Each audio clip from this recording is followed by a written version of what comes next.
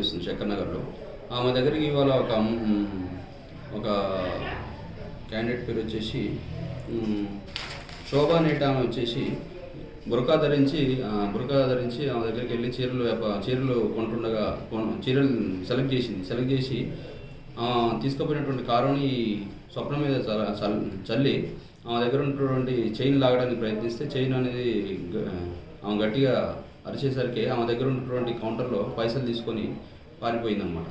ఈ పారిపోయిన సమయంలో స్వప్న గట్టిగా అరవడం ద్వారా చుట్టుపక్కల వాళ్ళంతా కూడా ఆమెను పట్టుకొని మనకి ఇన్ఫర్మేషన్ ఇవ్వడం జరిగింది. ఆ ఇన్ఫర్మేషన్ రాగానే ఆమెను పోలీసులకు తీసుకురావడం జరిగింది. ఆమె మీద కేసు రిజిస్టర్ చేసి కోర్టుకి పంపించడం జరుగుతుంది.